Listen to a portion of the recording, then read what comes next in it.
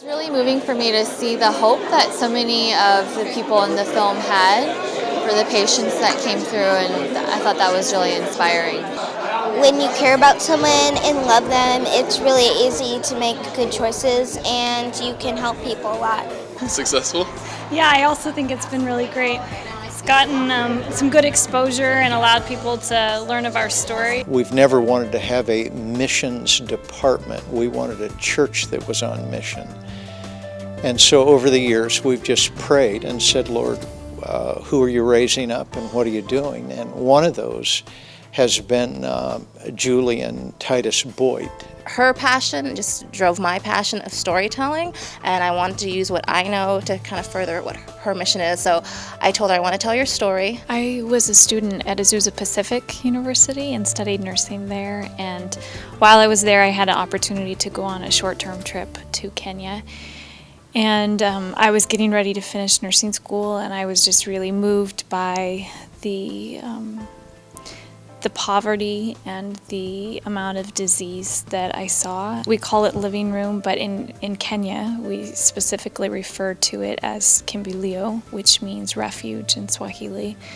And it was created because too often, on too many days, I was just seeing suffering in the community, where people didn't have access to pain medication, people dying alone, dying with such extensive suffering, and it wasn't okay. And so even though at this point, you know, as we have a 24-bed facility and are able to care for adults and children who so desperately need a refuge, to be able to watch their pain be relieved, to watch their quality of life be improved, even as they spend their last days.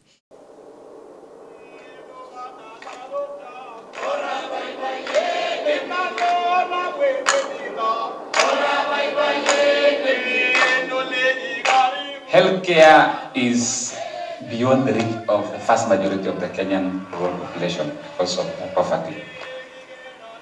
It's something you cannot really miss. You can see it very easily still in our community. Out of 16 or 18 people, one person has a job and the rest 17, they don't have a job. The poverty of this country is still high, close to 50% of people living below the $1 a day. Just thinking about the poverty levels is quite difficult for patients who are in rural areas to reach to a facility. Not because they're not a facility, but sometimes because they don't even have the bus fare to go, to the health center. One of the challenges with so many hospitals and the community. Just give me just 1 second.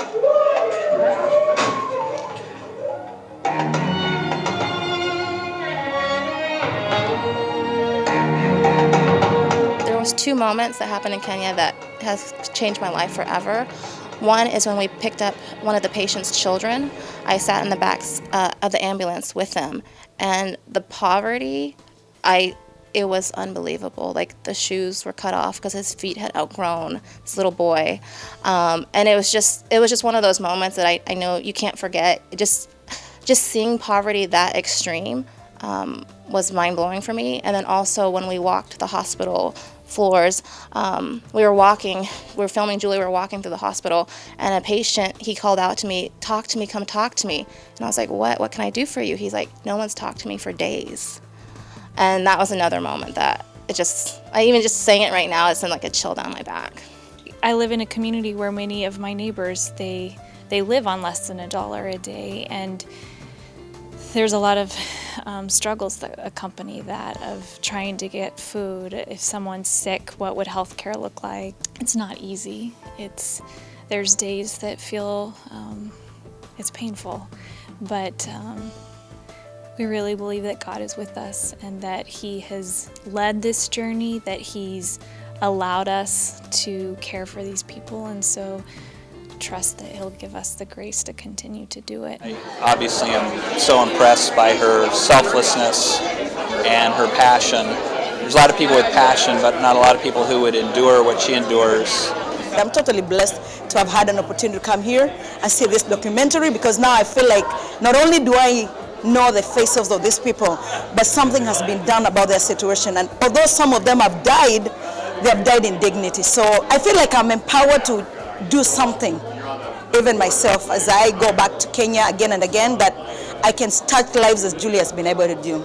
Having lived in Kenya firsthand and seeing the need and watching it portrayed again on film today just leaves me in incredible awe of what God is doing through Living Room. It's really important to see stories like this. Most of us will never go to Kenya. Most of us will never see the kind of hardships that people face, and that could be alleviated with just $15, which for us is lunch. This is the season of giving, and I think, sometimes you can get so distracted about getting or buying that there's so much more that your money could go to, such a greater causes, that we just hope that people will just get inspired to do more with their money that can actually make a difference in someone's life.